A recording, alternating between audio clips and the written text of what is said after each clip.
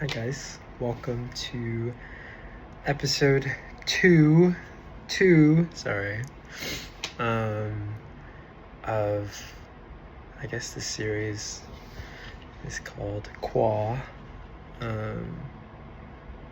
I'll eventually get to why it's called that, but it's just my name. Not a big deal, but this episode I wanted to talk about to those being in a dark place. Before I get into it, I just want to say that this whole podcast series, if you're new, I'm still working out the kinks, but it's raw, unfiltered. It's essentially just a means for those who, kind of like me, feel lonely in the world sometimes. You're not alone, and it sucks sometimes. I'm going to work, then I'm going home, then I'm in a new city. I don't really have friends, and it's easy to get caught up in our head sometimes. And yeah, this is my way of maybe helping those who somehow find my videos as I eventually produce more and more. I'm just ranting at this point. But just helping people feel a bit less lonely, talking through about the journeys that I've gone through or things that I've learned through my personal development journey, becoming the best person I can be, and find my future wife. That's why the first video was so heavily emphasized on that. But okay, back to topic. I wanted to talk about those who are in a dark place. If life's got you down, if you're just in a really dark rut right now and you don't know what to do, sometimes things just feel really overwhelming.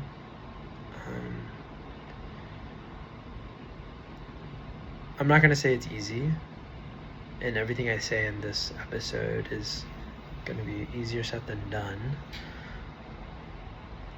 but I'm a big believer in mental shifts.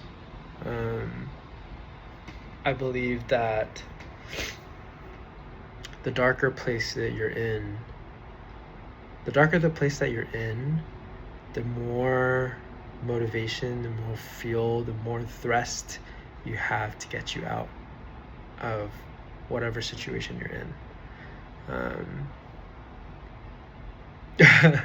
A lot of you might hate me for this, but I think I heard it from Andrew Tate. He was like, the best thing to ever happen to you is to get your heart broken. And I partially agree with him. Obviously, views on Andrew Tate are very polar. However, I see a lot of people have a similar point of view, right? Oftentimes the best things that happen to us happen after a great tragedy.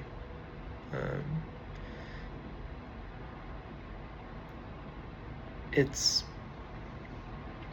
having the kind of activation energy to go and do things that you wouldn't typically do. For example,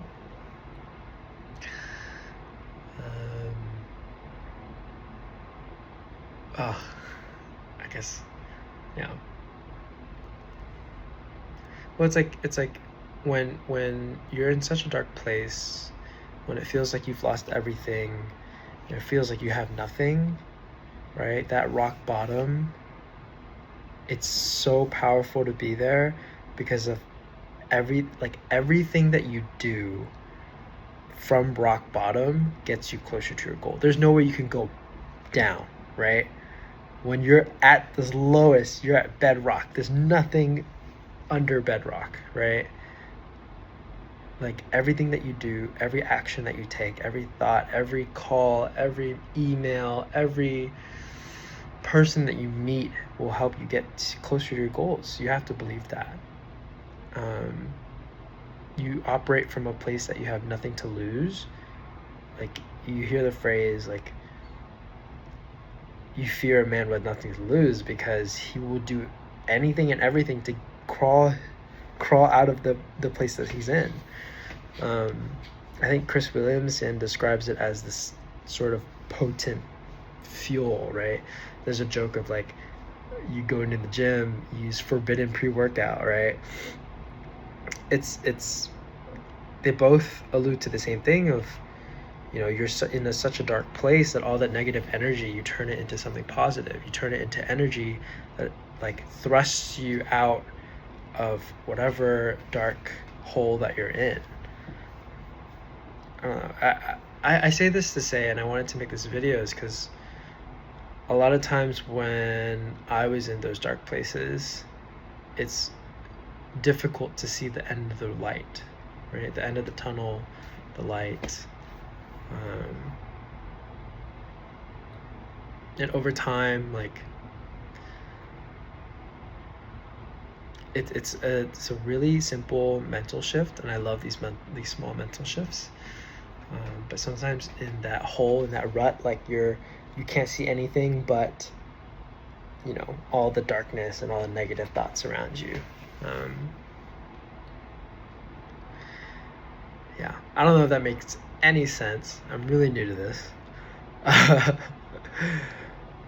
But yeah, and I'll definitely make.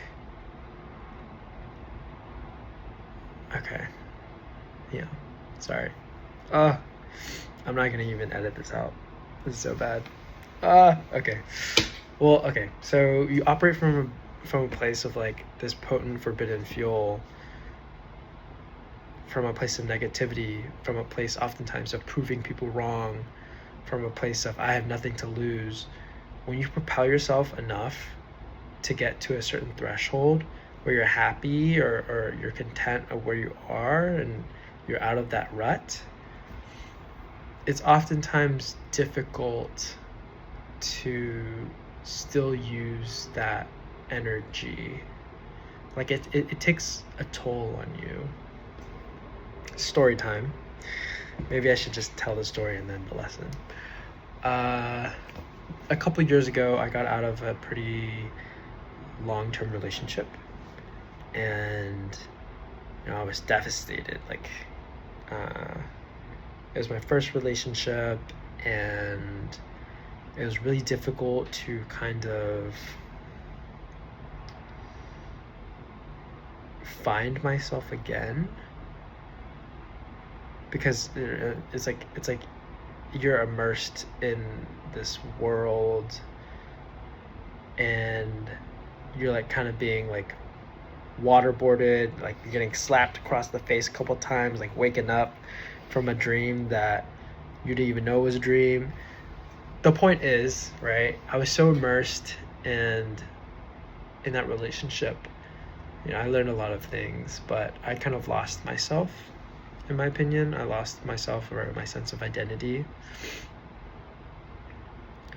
So it was really difficult for me, and I was really in a dark place when I got out of it, because I'm like, okay, well, what makes me actually happy? Like, what do I value? What do I want to do? Because, you know, in relationships, oftentimes, like, you almost merge with the other person, and like your interests become their interests, but like there's things that you always want to do but they never want to do, and sometimes you don't end up doing it at all.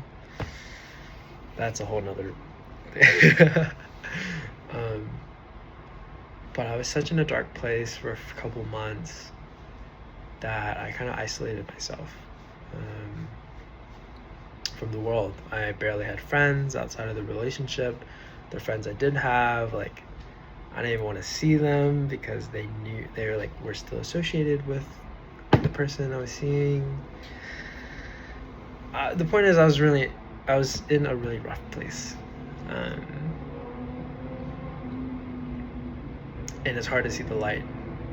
Really hard. Like, painstakingly hard.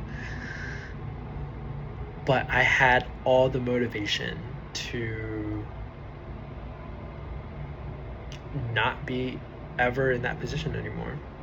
I hated how sad I felt that I vowed to myself I would never put myself in a position to feel like that again. That everything that I did after we broke up was finding my self-respect to walk away, was finding my best self to never allow someone to put me in that position again, to feel that much pain. So what did that consist of? It consists of, doing the internal work, having those truth and hard conversations with yourself of like, okay, well, what did I really do wrong here? Right? And be super self-critical. How could I have done better? Right? And doing the internal work is essential to just becoming your best self, right? Even if you didn't feel like you did something wrong or you weren't the best or like they weren't the best in the relationship, there's always things that you can internally improve on.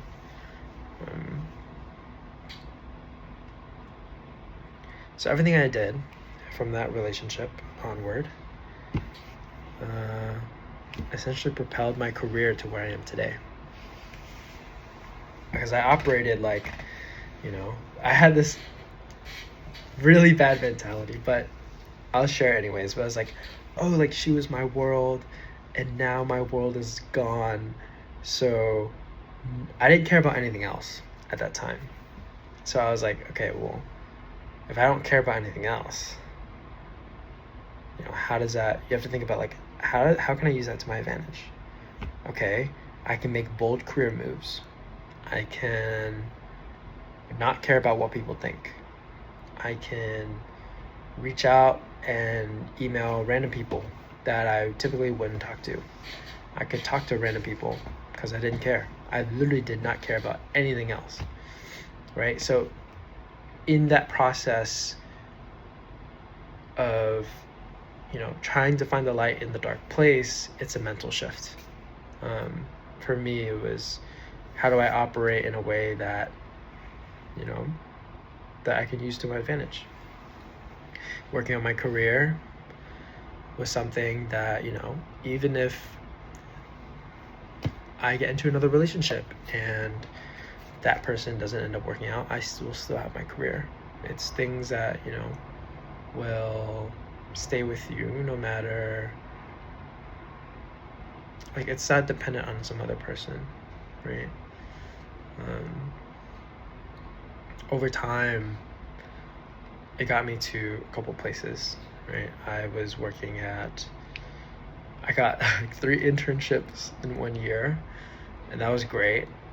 But I wouldn't have done that without that potent fuel, right? I was constantly telling myself that I wasn't enough. I was constantly pushing myself to do better because I had this dumb thought of like, oh, like if I just pushed a little bit harder, like maybe she would still be here. Like if I just worked a little bit harder, if I just hugged a little tighter, I would have just reassured her a little bit more. Like I wouldn't be in this position. But I took that mentality and I applied it to everything that I did. And so I benefited from it, like from career-wise, right? But over time, you go from proving someone wrong in that sense to, I need to do this for myself. I need to become the best version of myself because I want to be the best for my wife, my future wife, my future kids. I want to be the best version of myself so I can provide them the most. They deserve that. I deserve the best version of my wife, right?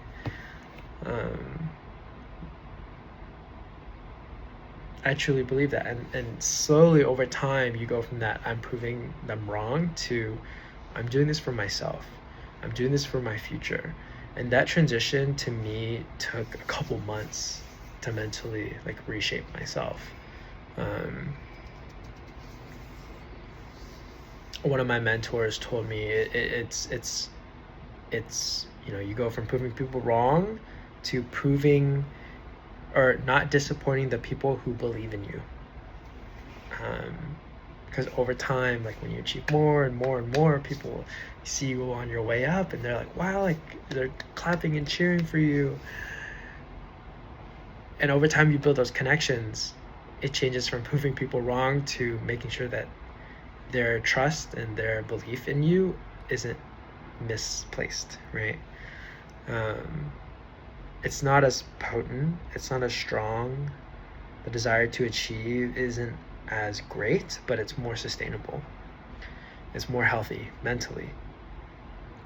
Because just imagine you being in this dark mental place, and you're like, I gotta prove people wrong, I gotta prove people wrong constantly, that it takes a toll on your mental health. It takes a toll on your relationships, right? Like to fully move on from someone, you have to let that go, and part of letting that go is letting go of what fuels you to prove them wrong.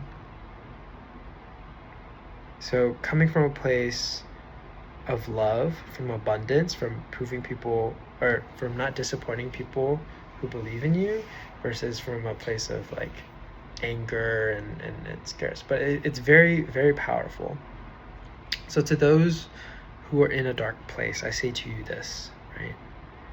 Embrace it, love it, use it to your best ability, use it to your advantage. Because sometimes, I'm sitting in the office and I'm like, damn, like I wish I got my heart broken right now. I'd be working so much harder. I'd be using the heck out of that potent fuel. I'd be hitting the gym. I'd be so angry. It's free motivation.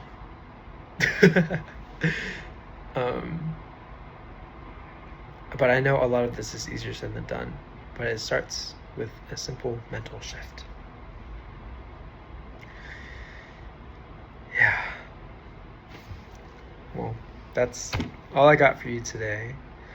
I think the next episode, I'll have to figure that out a little bit, but yeah, thank you for listening. I don't know if you've made it to this far. You're really dedicated.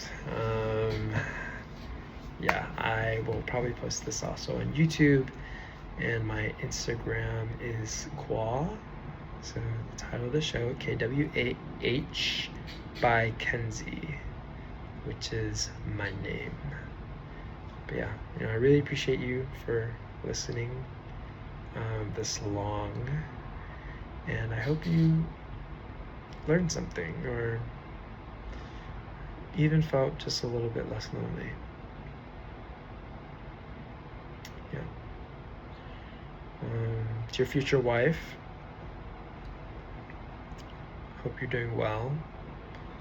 I hope you start making your way towards me, because by the looks of it, I'm gonna be making a couple seasons, of self improvement videos and lessons I've learned.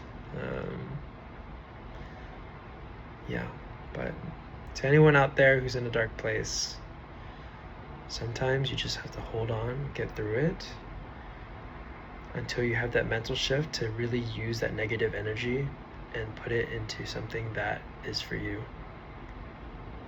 Take back your energy. Sometimes your energy is what made them special. Believe in yourself, and you can do anything you put your mind to. I truly believe in that. Every episode that I'm going to put out, I hope you truly believe in yourself, because If you don't believe in yourself, who do you believe in?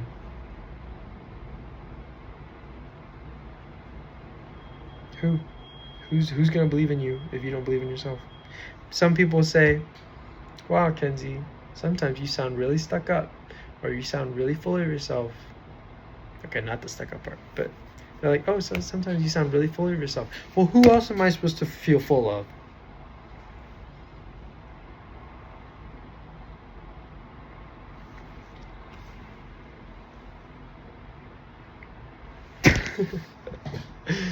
Anyways, that's the end of this episode. If you want to like, subscribe, comment, literally give me video ideas, that would be great. But yeah, thank you again. Bye.